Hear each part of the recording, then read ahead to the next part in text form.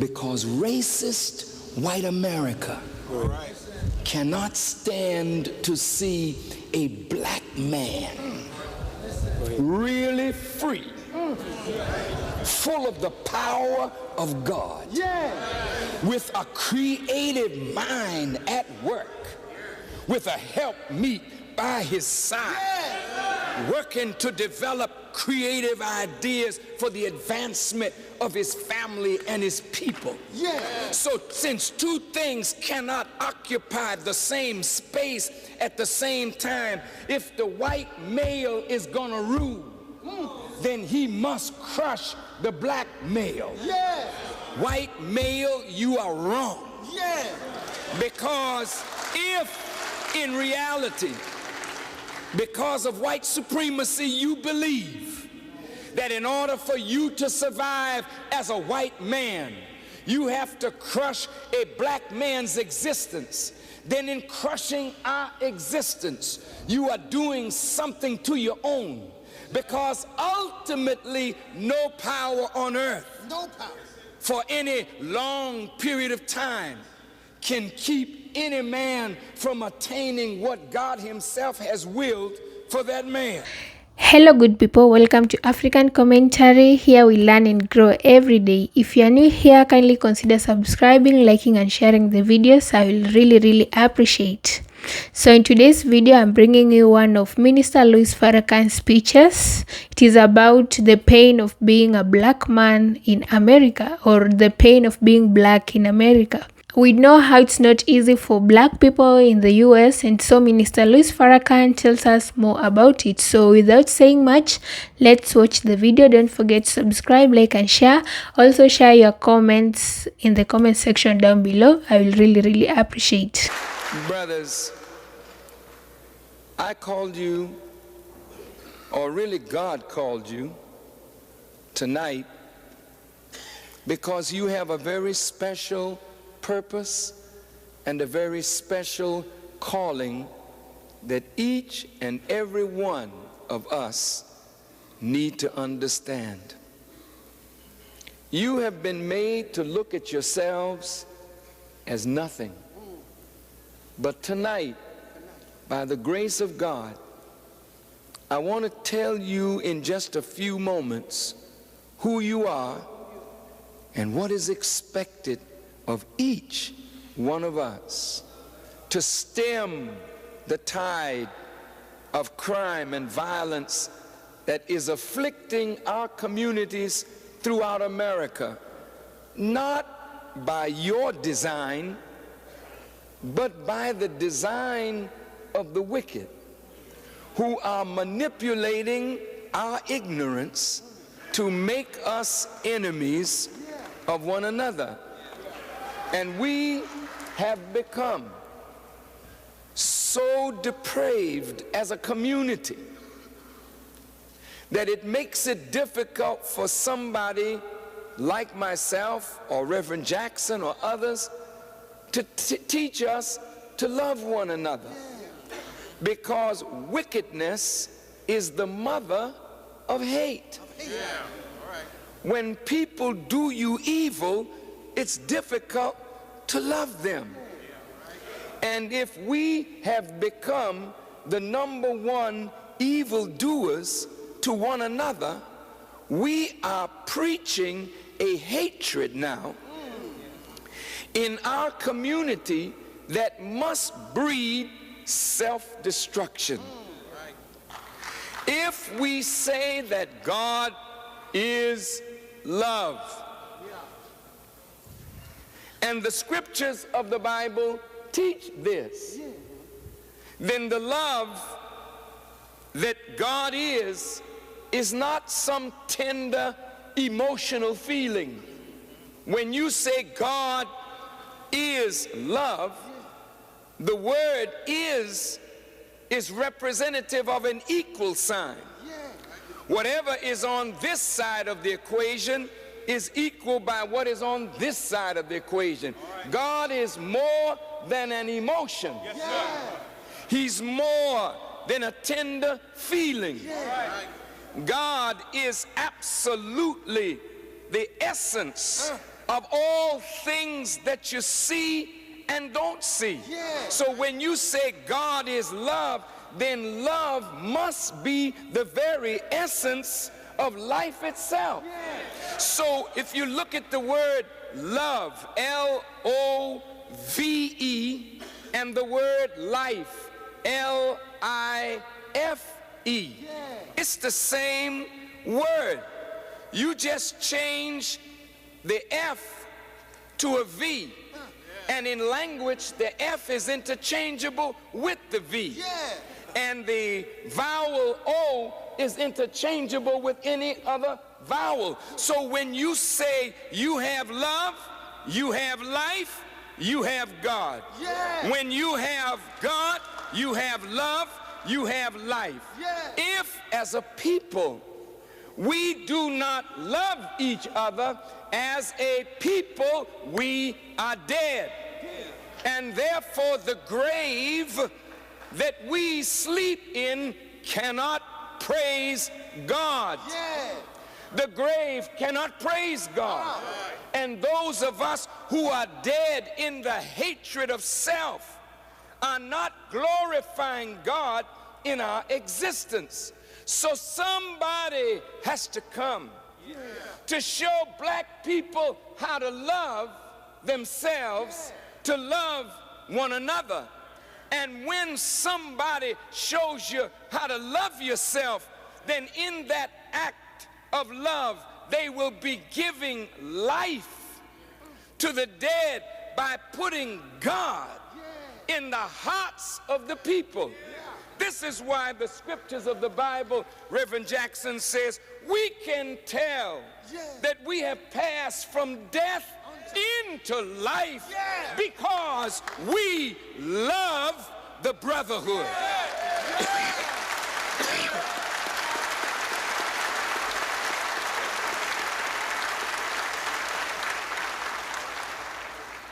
So when you don't have life, you don't have love, you don't have God, you are powerless. Because God represents force and power. And the thing that black men don't have in America or in the world is force and power to determine our destiny. Our destiny is determined by others. We are like sheep, as the scripture teaches. And we have not had a good shepherd in front of us. How do you know that our shepherds have not been good? Because if our shepherds were good, God would be in our life. Life would be in our life. Love would be in our life. Power would be in our life. And therefore, David the psalmist was moved to say, the Lord is my shepherd.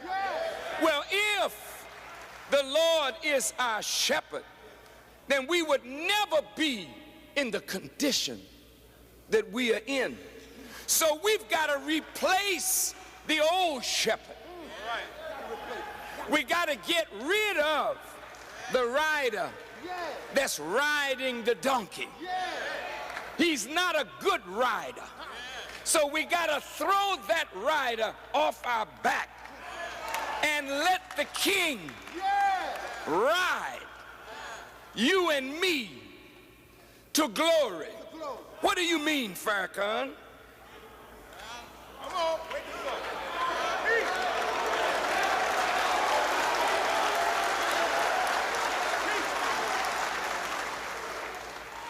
Jesus rode into Jerusalem on an ass.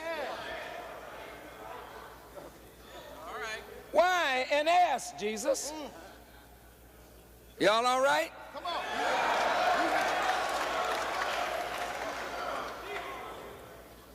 Jesus told his disciples, look, there's an ass tied. Yes, he did. And there's a young colt tied with her. Yeah. He said, go and untie them. Yeah. Anybody ask you, what are you doing? Just tell them. Yeah. The master has come and has need of them. Who are you, black man? I want to talk to you tonight, and I can guarantee you that when you leave this auditorium tonight, nobody will be the same. No. You'll never be worse. You'll be better. And based upon the degree of acceptance of the word is the degree of rise that will come in Houston from these black men. There's an ass tied. What does Jesus want to ride an ass for? Yeah.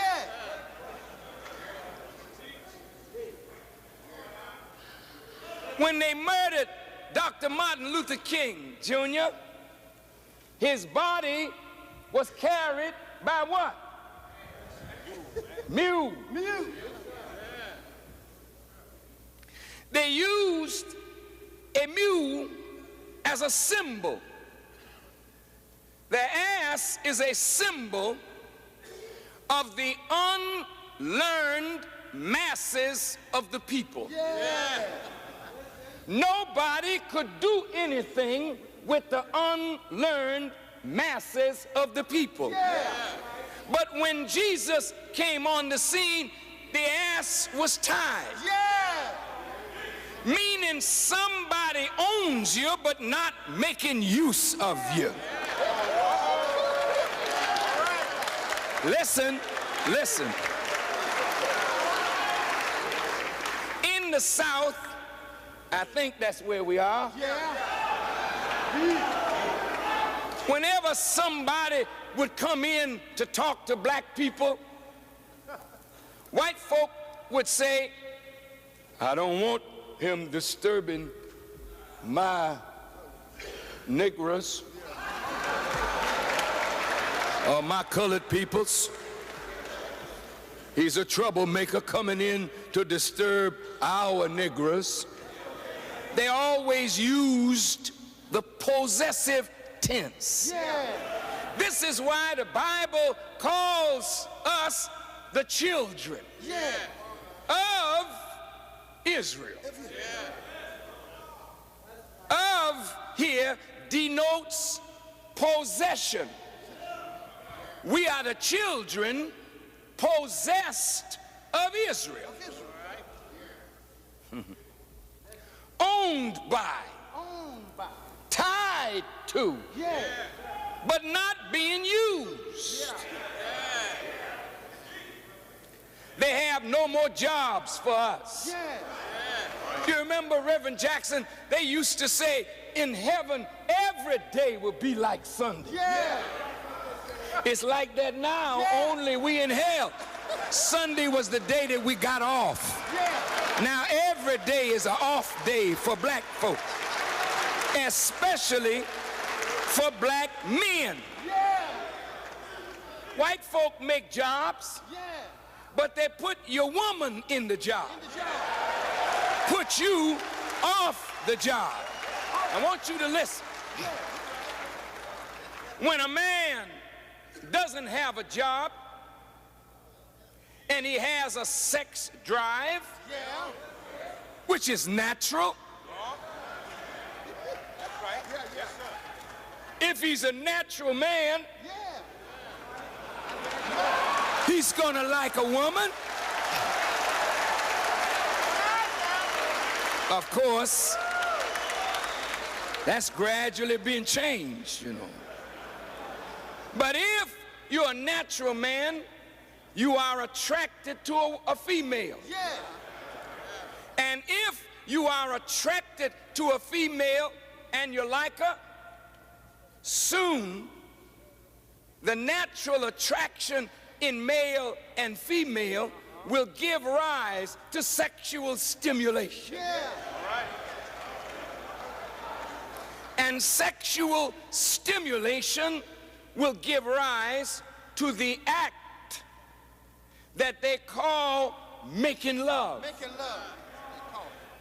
They call it making love because it's the act that creates life. Yeah. Yes, sir. Yes, sir, brother.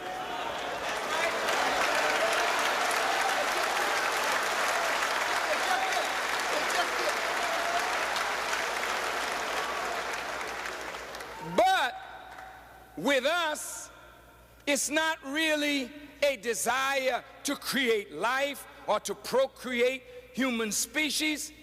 It's a desire to have pleasure. And we know that the female God has made to give pleasure. But she's not to give pleasure to somebody who has not earned the right to pleasure by enduring the pain of being a producer. Yeah. I want you to listen good. A man does not need pleasure if he's doing nothing. All right. All right. You know, recreation. Recreation. Yeah. Recreation. Recreation. Yes, sir. Recreation. Yes, sir. Recreation. Comes after work. Work. Work. Work. Not before work. Not in place of work. But recreation comes after work. Solace and comfort and consolation comes after struggle. Yeah. Go ahead.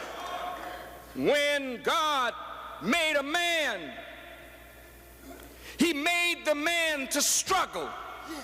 He made the man to overcome difficulty. He made the man to become a producer. He made the man to multiply, replenish the earth, and subdue it. He gave man power and dominion to carry out what God had ordained in the very nature of a man. And if a man does his job, God says, I'm going to give you a woman to help you do your job. But a woman can't help a man do nothing. A woman got to help a man do something. And if a man is a do-nothing man, he can never keep a woman, because a woman is made by nature to be your helper. A man doesn't need help to sit around and do nothing. Are you with me?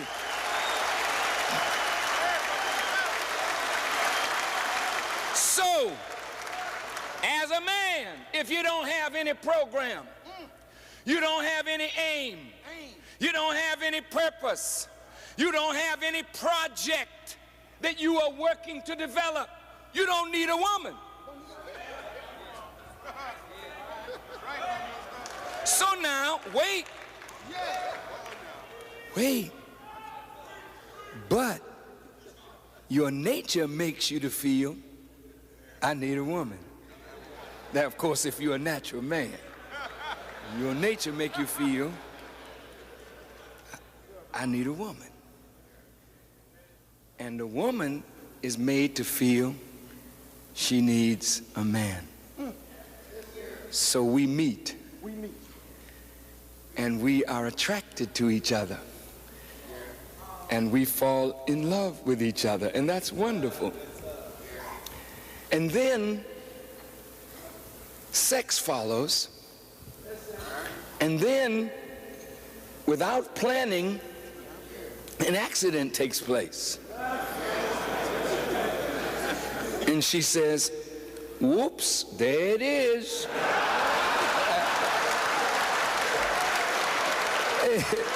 Hey, baby, I'm pregnant. I'm pregnant, baby. What you telling me for? know what to do. Now, brothers, when you don't have any money in your pocket and your children are at home crying, how do you feel? When you go home and your wife is working, but you can't find a job. You just graduated from Texas Southern, is it? Texas Christian, some other college, and you go for a job and they tell you, oh, I'm sorry, you're overqualified for this one. Or they tell you, I'm sorry, you don't have enough qualifications for this one. But it seems that your wife is qualified to hold any position. I noticed black women on television sitting next to anchor men, or she's an anchor woman. So they've already fulfilled the requirement. They've hired a minority and a black. But it's not you. And since you and I, as a people, have not learned how to create a job, and you know it takes money in this world to live, then the only avenue open for you as a man is either join the army and be all that you can never be in the society,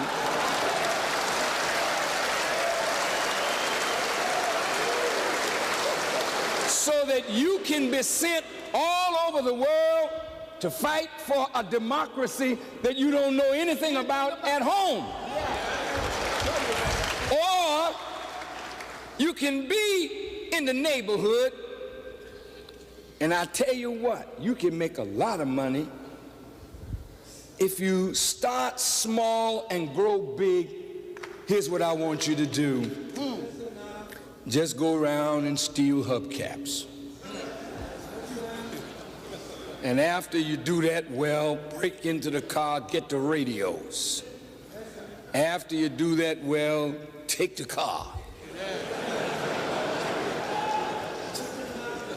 Now you don't have to wait till the people sleep. Just go up to them and say, get out. I got this. And if they open their mouth wide enough, shoot them in it.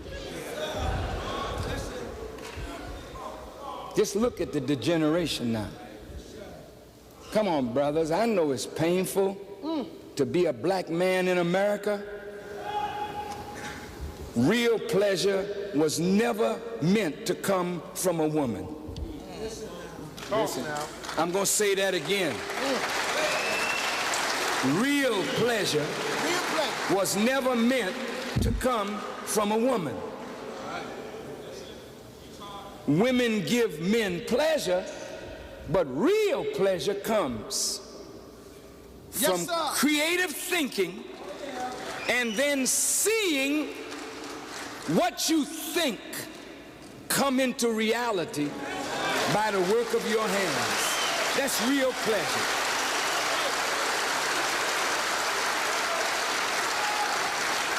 Reverend Jackson has experienced real pleasure. Because this house was an idea in his mind. An architect took it from his mind and put it on paper.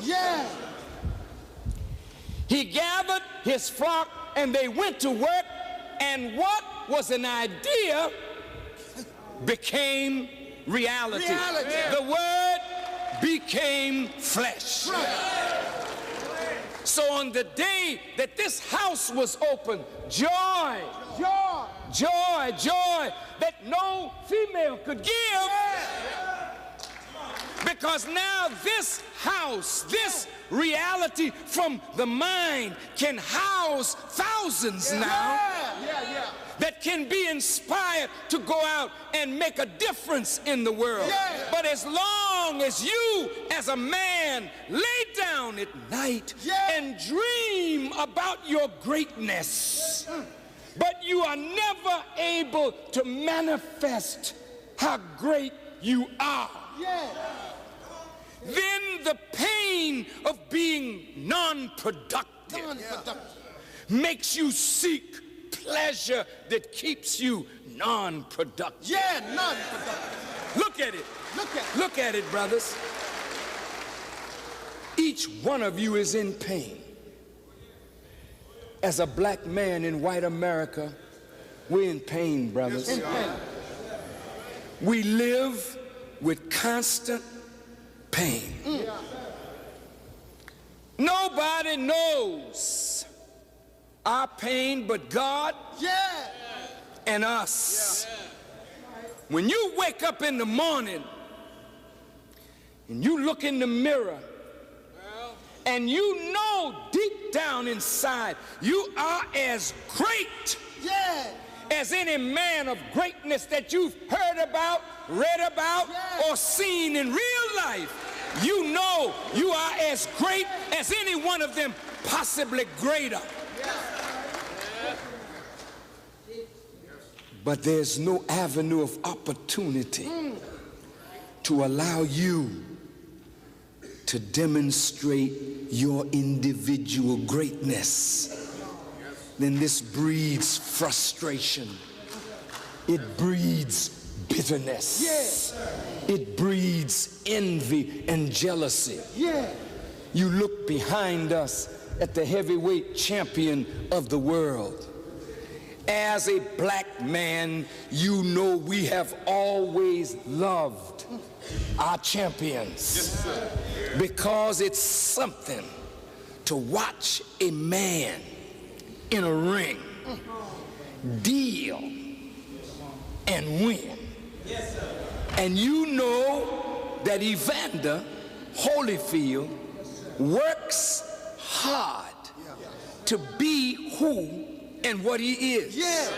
He doesn't climb into the ring without having made a great sacrifice of time. And he's in pain. He puts his body through pain to condition himself for what he's about to face. Every man has that same ability to be a champion, maybe not in the ring, but each one of you is a champion in your own right. But if you have no way to show it, no opportunity to prove it, then we end up worshiping the champ rather than worshiping God. Or we end up being envious of the champ. Look at what he got. Shoot. He ain't nothing. And so our community is filled with envy, jealousy, strife, contention, bitterness, frustration, hatred, murder, because we are unfulfilled as men, because racist white America cannot stand to see a black man really free, full of the power of God, with a creative mind at work, with a helpmeet by his side, working to develop creative ideas for the advancement of his family and his people. So since two things cannot occupy the same space at the same time, if the white male is gonna rule, then he must crush the black male. White male, you are wrong. Because if in reality, because of white supremacy, you believe that in order for you to survive as a white man, you have to crush a black man's existence, then in crushing our existence, you are doing something to your own. Because ultimately, no power on earth No power. for any long period of time can keep any man from attaining what God himself has willed for that man. Just to summarize on what Minister Louis Farrakhan speaks about, he talks about how it is hard for black people in the US. Despite black people doing everything, you might be working hard, you might be putting your effort in growing the nation, but you would still face barriers, the systemic barriers that are put in place to ensure that black people are still powerless, black people are still down there. So basically, he's just talking about the pain of being black in America. It is not as easy as it is for white people. Black people you need to work extra harder to get whatever white people are getting. Race, which is a social construct, has brought a lot more of damage. For the fact that you're black and it's just a race, you will face a lot of injustices, a lot of systemic barriers just because of race. Minister Louis Farrakhan argues that black men lack force and power to determine their own destiny in a society dominated by racial hierarchy and white supremacy. This is something that we all know, that white supremacy has taken over, especially for black people. Because we are black, we are seen as inferior, we are seen as powerless, we are associated with every other bad thing. And so for black men in the US, or black men in a society dominated by racial hierarchy, whereby for the white people they get the best of everything, they are up there on the hierarchy. But for black people, we are down there because we don't deserve good things as the society says. But in reality, black people and white people are all equal. We should both be getting equal opportunities. But what is happening is that if a society is dominated by racial hierarchy, white supremacy wins because they are superior, they are angels, they don't have any problems, like they are the best. But black people are the worst of the worst. It is the worst race, a dangerous race to involve yourself in.